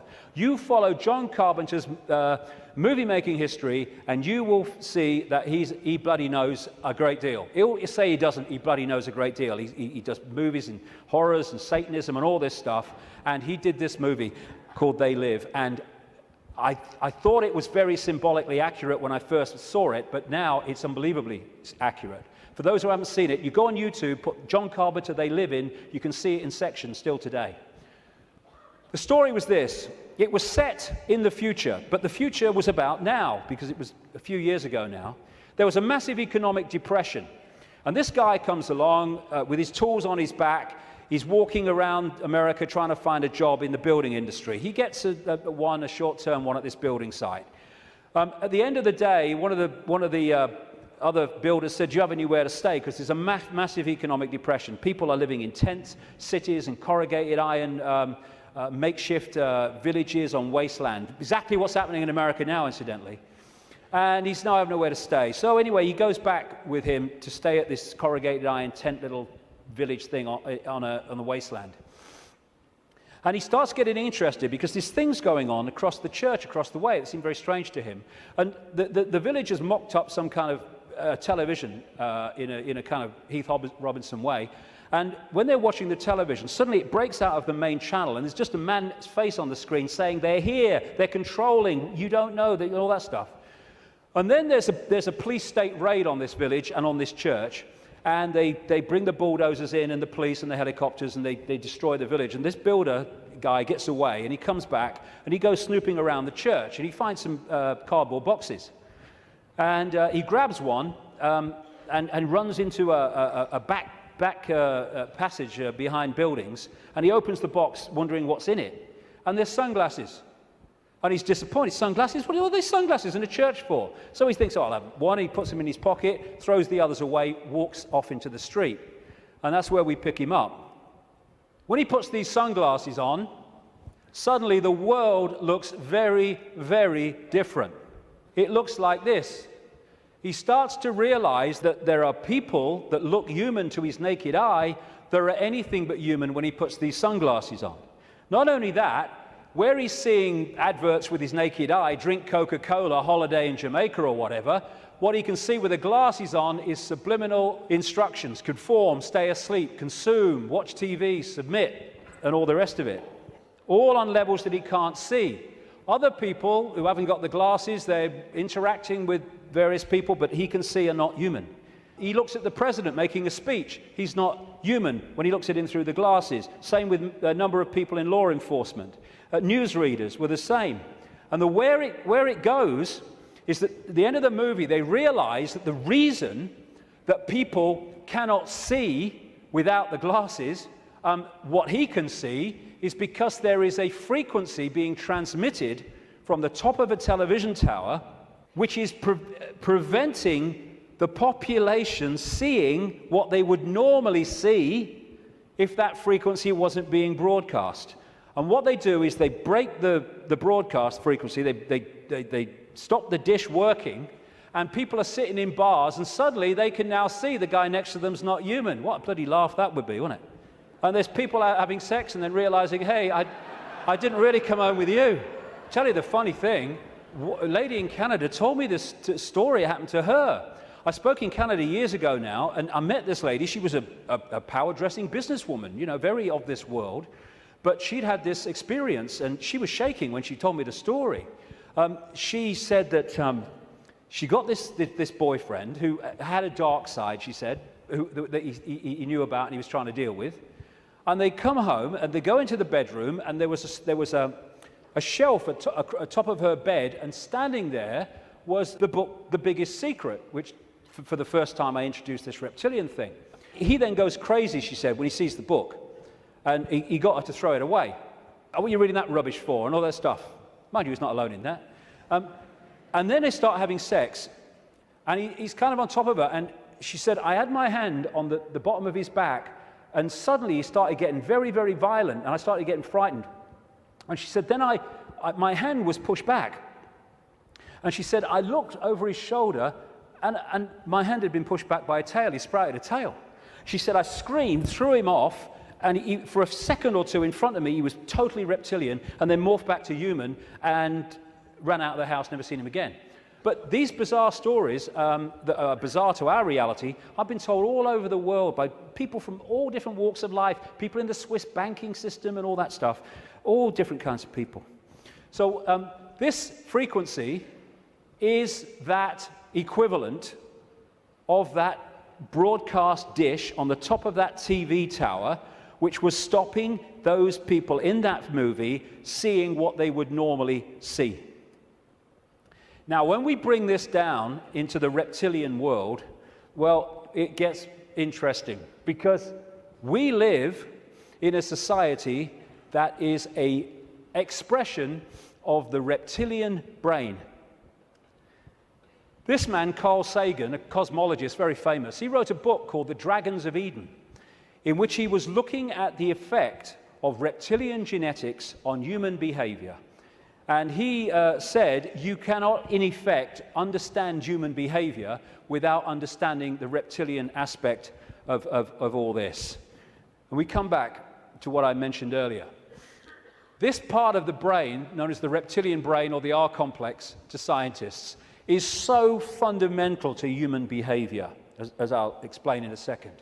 And I'm saying that this genetic manipulation that the ancients talk about all over the world by the serpent gods locked us in to the moon matrix through the reptilian brain, because it connects into the hive mind of the reptilian species in the moon. And this, like I say, fundamentally expresses itself as the world that we live in. And I'll come to that more in a second. Now, in the 60s, around that time, there's a guy called Carlos Castaneda who wrote books based on the teachings of a Central American shaman source called Don Juan Matus. Some people say Don Juan didn't exist. Some people say he did. Whatever, the words that were put into his mouth are just absolutely extraordinarily accurate.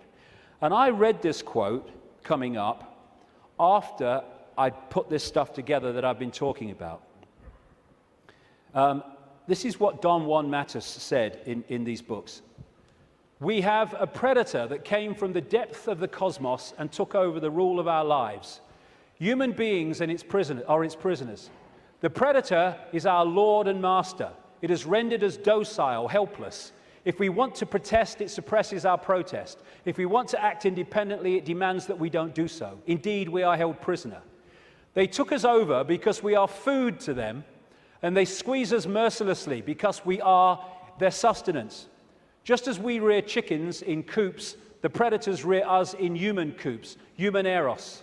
Therefore, their food is always available to them. Think for a moment and tell me how you would explain the contradictions between the intelligence of man the engineer and the stupidity of his systems of belief, or the stupidity of his contradictory behavior. Sorcerers believe that the predators have given us our systems of beliefs, our ideas of good and evil, our social mores. They are the ones who set up our dreams of success or failure. They have given us covetousness, greed, and cowardice. It is the predator who makes us complacent, routinary, and egomaniacal. In order to keep us obedient and meek and weak, the predators have engaged themselves in a stupendous maneuver. Stupendous, of course, from the point of view of a fighting strategist, a horrendous maneuver from the point of those who suffer it. They gave us their mind. The predator's mind is baroque, contradictory, morose, filled with the fear of being discovered any minute now. They gave us their mind. And that is how I suggest they've done it. We are connected if we operate within the hive reptilian brain mind. We are operating on a collective mind, which is pouring out this constant sense of anxiety, fear, worry, stress, because that A keeps us within the confines of the frequency range of the moon matrix, i.e. attached to it, and it also elicits the emotional low vibrational energy on which they feed. Behind all these pyramids of banking, medicine, religion, business, politics is the reptilian hive mind. It connects into all these control systems that run our society. And now let's look at the character traits of the reptilian brain. Is this our society or what? This is mainstream science, by the way. From the reptilian brain, we get primitive and emotional responses, cold-blooded behavior, lack of empathy, if not balanced out by other parts of the brain, and territoriality. This is mine, get out. A desire to control, an obsession with hierarchical structures of power. Aggression, might is right, winner takes all. And it is dominating our sense of reality and our reaction and responses to events and other people. This is the word that sums up the reptilian brain: survive, survival. It doesn't think, it hasn't got the ability to think, it reacts. That's why it can react so fast. There are good things about it. When you're driving along in your car and someone walks in front of you, what rams the anchors on immediately without thinking, instantly, is the reptilian brain. But when that starts to impact on other parts of our behavior and our lives, then it becomes a very negative thing indeed. It is the reptilian brain and its fear of not surviving. It's always scanning the environment for threats. Not just physical threats, but threats on other levels of our experience, which I'll explain in a second.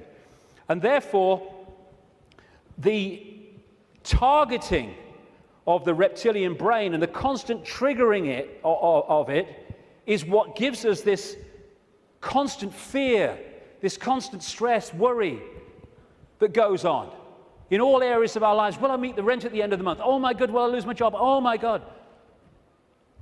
And the more that we can be put in fear, here we go, the more we operate in the reptilian brain. That's why we're constantly given reasons to fear and to be anxious. Be afraid, be very afraid. The big bag monster's coming as soon as we've invented him. And when he's gone, we'll have another. Terrorism, global warming, swine flu, the economy, I don't look like her, I don't look like him, Constant reasons to fear.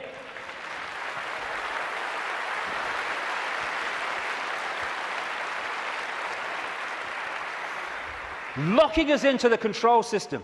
And it's not just physical survival. It's survival of status, of power, of reputation, superiority, intellectual preeminence. Acquiescence to a hierarchy and authority is another aspect of the reptilian brain. I know my place. And you know, when you put information out that challenges the status quo view of scientists and academics, they react vehemently. Why? Because the reptilian brain's kicked in. Survival of their reputation, survival of their belief system. When you put out information that challenges people's religious beliefs, not you're saying you're wrong and all that stuff, you're just saying here's some information, which if it's true, that can't be right. They vehemently attack you. Why? Because the reptilian brain's kicked in, because the belief system is in danger of not surviving. Fear of money. Money is fundamentally reptilian brain. Two polarities of it. One, fear of not surviving, fear of not having enough to pay the rent, to eat. And on the other hand, you can get so locked into the reptilian brain, and this is what the hybrid bloodlines do, that you equate survival with far more than is necessary to survive. So you get people, especially in these bloodline networks, who have got more money than they could spend in 100 lifetimes, but they get up with the sun every morning to go and earn bloody more. It's an obsession, it's an addiction, and it's connected to the reptilian brain, which fundamentally drives our perception of reality. Don Juan Matus again. I know that even now, though you never have suffered hunger, you have food anxiety. which is none other than the anxiety of the predator who fears that at any moment now its maneuver is going to be uncovered and food is going to be denied. Through the mind, which after all is their mind, the predators inject into the lives of human beings whatever is convenient for them, and they ensure in this manner a degree of security to act as a buffer against this fear. Sorcerers of ancient Mexico reasoned, here we go, that man must have been a complete being at one point, with stupendous insights, feats of awareness that are mythological legends nowadays. And then everything seems to disappear, and we now have a sedated man. What I'm saying is, what we have against us is not a simple predator. It is very smart and organized. It follows a methodical system to render us useless. Modus operandi, done it many times. Man, the magical being that he is destined to be, he's no longer magical. He is an average piece of meat. There are no more dreams for man, but the dreams of an animal who is being raised to be a piece of meat, trite, conventional, imbecilic. This is what becoming conscious brings us out of. Control of perception is the bottom line of this conspiracy. You know, I'm all for exposing 9/11s and banking scams and engineered wars, but this is the bottom line, and if we miss it, then we're going round in circles and we'll get nowhere. Interestingly, the Zulu legends say that before the moon came, they used to worship the sun as female, and then everything changed. This change from perceiving the sun as female to worshipping it as male made possible the creation of warlike kings that took what they wanted by force. Everything changed when the perception of the sun changed. And the perception of the sun changed when the moon matrix kicked in and changed our perception of everything. And in so many ways, this Avatar movie, I'm not saying Cameron symbolized it like this, I'm saying what it symbolized to me. The blue people, who were in total harmony with everything else, I'm saying to me, are symbolic of humans as we were before the predator came. And then the American troops with their high technology, let's kill people, we want these resources, so let's just go and get them and destroy everything to do so. They symbolize to me this reptilian intervention. And they even have in the Avatar movie, of course, the concept of the possession of the blue people so that they could infiltrate their society while outwardly looking like they do and not being known to be who they are. These reptilians look down a different timeline to us because they're on a different wavelength. They're able to see further into what we call the future than we are. And therefore, if you access this network of secret societies, especially the inner circle, you can access the projected future of human society which this is planning. Therefore, you can write prophetic novels which further down what we call the timeline turn out to be staggeringly accurate. All you need to do is to access that projection. And you do it by accessing the secret society network. This, the Fabian Society in London, created in 1884, is one of those societies. The deeper inner core that have access to that timeline and that projected agenda. And this guy was one of them, a Fabian. And that's the Fabian logo, by the way. The wolf in sheep's clothing. Perfect. Perfect. It created, in effect, the Labour Party in Britain, and it influences massively the left, not only the left, but what we call the left centre of politics, not just in Britain, but in other countries. Australia too, for instance, very, very powerfully. When people have said to me in the past, you know, what's planned, I've said to them, well, you can read 2 books and see it, just put them together.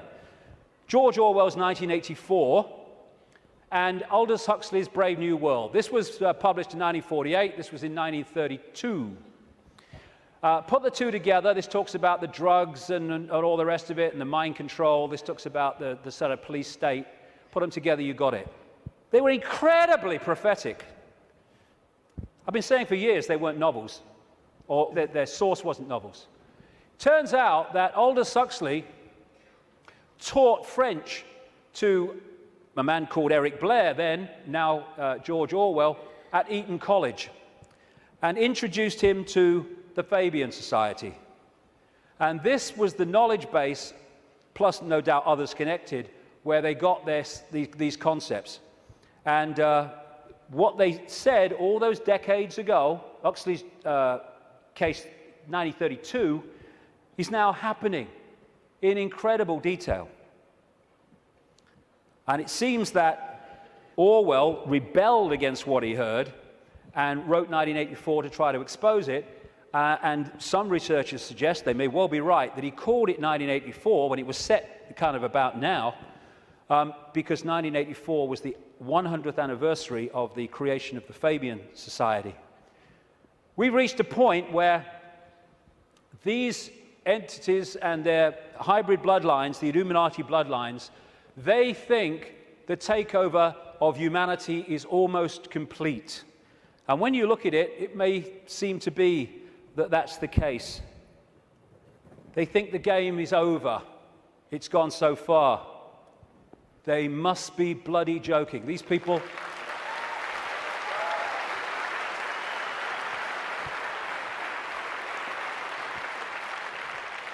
These people are in for the shock of their lives in the next few years. The shock of their lives. Because they can access so much, but they can't access beyond that. And they think the game's over because it seems to be here, but they can't perceive there. And when that comes in here, and it's very close to doing so, game over. Well, we've come a long way, haven't we? And what we're going to do now then is have a breeding. Not necessarily physical interbreeding through technological methods, and also changing human form by changing the messages, the information, I'll come to this before we finish this section, that the DNA is picking up. And through that, you can change a form by changing the information the DNA is picking up. And it's no accident that humans have massive, fundamental reptilian genetics. This part of the brain, which scientists call the R complex or the reptilian brain, will be very, very important as we go through this second part of the day, because it's fundamental to how human behavior and human perception is manipulated to see the world as we currently see it. This interbreeding is talked about and recorded all across the world in the ancient accounts. Of course, I guess because it's the Bible, the best known is this section from Genesis. There were giants in the earth in those days, and also after that, when the sons of God came unto the daughters of men, and they bare children to them. The same became mighty men, which were the old men of renown. But that's just the biblical version.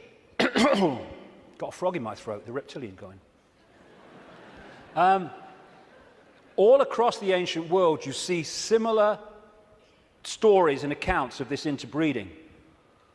Something else goes parallel with the reptilian story.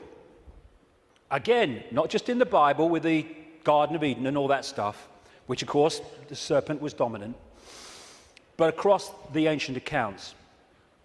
And that is the connection between the reptilian intervention and what we call the fall of man. And again, this is universal.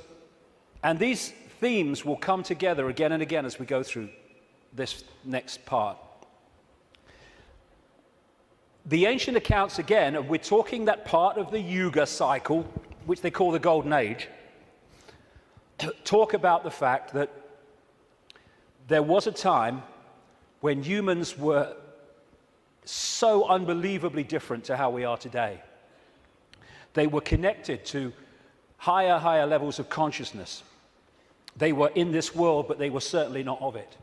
They were capable of incredible feats, and they lived what we would call impossible lengths of time in terms of age. And then there was a sudden change, the fall of man, as it was called. What I call this is the schism. There was an energetic schism at the level of the metaphysical universe, the waveform-based information construct, and that, as it was decoded through into this holographic reality, obviously mirrored in the holographic play-out world the schism in the information construct. And this is a portrayal of that, a symbolic portrayal of that. Anything that happens here gets decoded through to there, and this is where the schism happened. It was like a distortion in the information. Thanks, mate. Cheers. You put the gin in, right? It was a distortion in the base information construct, and I'll be coming to how that happened. There were many consequences for this, and one of them was there wasn't just a schism in the energetic level of the world itself. There was a schism was passed through into human personalities. We became distorted also from the magnificence and harmony that we were before. And we went from that to this. And we're now at the point where we're coming out of that. And there was also genetic manipulation to stop us accessing ranges of frequency that we did before. This is a major reason, not the only reason, but it is a major reason why scientists call 95% of human DNA junk DNA, because they don't know what it does. This is the reason, not the only reason, but a major reason why we only use a fraction of our brain's capacity. This is why billions of cells in that bridge, the corpus callosum, don't seem to be doing anything. They've been switched off. We've been put into a state that disconnects us and therefore makes us controllable, makes us farmable. So you've got this reptilian group, and the ones involved appear to be relatively small in number, tiny compared with the global population, and this is why they're terrified of being exposed. That's a constant theme all the way through it, wherever you look. And they've imprisoned humanity, or sought to, in this tiny frequency range of perception called visible light. Another key aspect to this is that they created hybrid bloodlines specifically to be the middle men and women. They became known in the ancient world as the demigods, the people, the children of the gods, part human, part god, as these serpent gods were perceived. And they were to be, like I say, the middlemen of but their vibrational difference, incompatibility, means they have to leave. They can't stay for long, although there are technological ways they can stay for longer. And they operate outside visible light, and they manipulate this reality through bloodlines, interbreeding bloodlines that I'll come to. And we call them the Illuminati families. So we operate with invisible light, but outside of that, sharing the same space, is infinite other worlds and realities. And if a so-called UFO comes into this reality, because it's coming into visible light from where we cannot decode, it just seems to appear out of flipping nowhere. Because what it's done, it hasn't actually come in, it's just changed its vibrational state to resonate with invisible light, and it's like, it came out of nowhere. And then how often do you see it? Honestly, mate, there was this bloody UFO, and it disappeared just in front of my eyes. What are you on, mate? You on the pop or what? What it's done is increased its vibrational resonance to go beyond on visible light. Therefore, to the observer, it disappears. It hasn't disappeared at all. It's left visible light.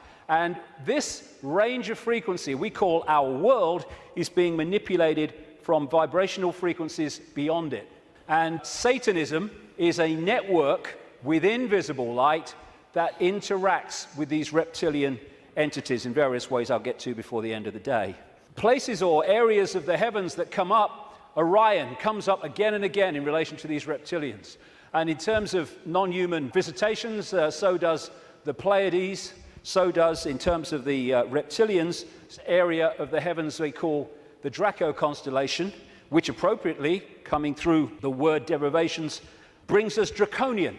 And of course, draconian laws are the Orwellian laws coming in. Very appropriate. Sirius is involved as well. So, won't be able to get into this today, and there's a lot more to know anyway, but so is what happened to Mars, is all involved in this story. how it became the devastated place it is but wasn't before. And when I talk about these areas of the heavens, I'm not necessarily talking about those places with invisible light, because just as we are multidimensional, so planets and stars, etc., are multidimensional. And just as a planet might be devastated within visible light, it's not necessarily devastated on other vibrational frequency levels of itself, because the Earth too operates in visible light, but also multi-levels, like everything else. Another major part of this story is that when these reptilian entities started intervening, they manipulated human genetics through interbreeding. And this multi-leveled conspiracy is there to keep that knowledge from us, to hold us in little me mental states, so a tiny few can control billions. Without this knowledge, we cannot understand the conspiracy and how it works. And the question is, who's behind it? See, they're hiding already. Who's behind it? And that's what we'll get to in the next section, which will start in 10 minutes. Thank you very much. Thank you.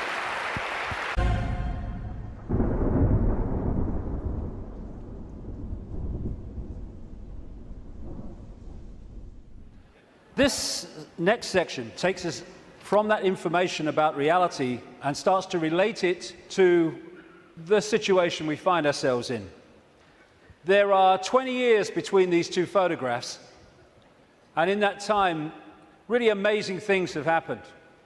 So many people have gone from that to that, and it's an exponential curve that's gathering pace all the time. And people are starting to see what is increasingly there, that we are watching the unfolding imposition of a fascist global state or communist global state. They're the same either way. I'm sure people in fascist Germany and people in Stalinist Russia thought there was a big difference between the worlds that they lived in. Different names for the same basic control system. But I would suggest that if we stay only at the level of the five senses, only at the level of the world we see banking scams, manipulated wars, Orwellian imposition, then we're not going to get truly what is going on. Because I say this, look at it. This world has been changing and is changing so rapidly in terms of all different aspects of this control system, the way they manipulate education, manipulate wars, put in the people they want as presidents, give us all this shite through food and drink, control the media, manufacture the global warming scam, big pharma, and 9/11 and all that stuff. And it's coming in such a coordinated way. So if we are going to think that this situation that we're seeing unfold goes back to a few men and women in dark suits or whatever sitting around a table saying, what's our next move? We are clearly massively missing the point. And the vast majority of people who over the last few years have started investigating this, they will not go any further. They will not go any further because, A, their belief systems won't let them, often their religious belief system, but also they are fearing what other people will think about them if they go into some of these areas I'm going to go into now. What people make of it is up to them. My right to say it is up to me. So yes, it's not just people sitting around a table somewhere in the world discussing the next move. There's the level where we see this unfolding in the news and what have you. Then there's this other dimensional, non-human level to look at, as I will in this section. Then there's the level of the nature of reality, which I've introduced already. And then there's this whole stuff about the moon, which I'll get into in this section too. And the rabbit hole doesn't end there. It goes deeper and deeper and deeper. And the deeper you go into the rabbit hole, the more we understand what the game is, the more we can change the game. And it's all about the control and programming of perception. That's the only way the few, and it is a few compared with the global population, that the billions can be controlled. manipulating how we interact with reality, keeping from us that we are consciousness, putting us in these bubbles of our sense of limitation and I can't, manipulating the way we decode reality, and therefore making us see the world as the control system wants us to see it. That's the basis of all of it going through the day, because that's the basis of all of it going through the whole conspiracy. So yes, of course, on one level, it does manifest as dark suits sitting around a table discussing the next move. But that's still the play-out world of this conspiracy. It's not its origin. It goes beyond them into the advisors in the shadows, the Mandelsons in this country. Peter Mandelson, if he's not manipulating, he gets withdrawal symptoms, that man. And into the Rahm Emanuels, ditto, in America, the controller, handler of Barack Obama. It goes into deeper levels, beyond them, deep in the hidden secret society network. And eventually, it goes out of this dimension. And that's where this whole thing is really coming from. Beyond the frequency range of visible light. And it involves non-human entities. Some of them people call the greys. The main ones, I would say, and have been saying for a long, long time, take a reptilian form. They operate outside. They can come into visible light, but in terms of the reptilian part of this, they can't stay here for that long. So people say, why don't they just come and take over? Because they can't, or they would. They can come for so long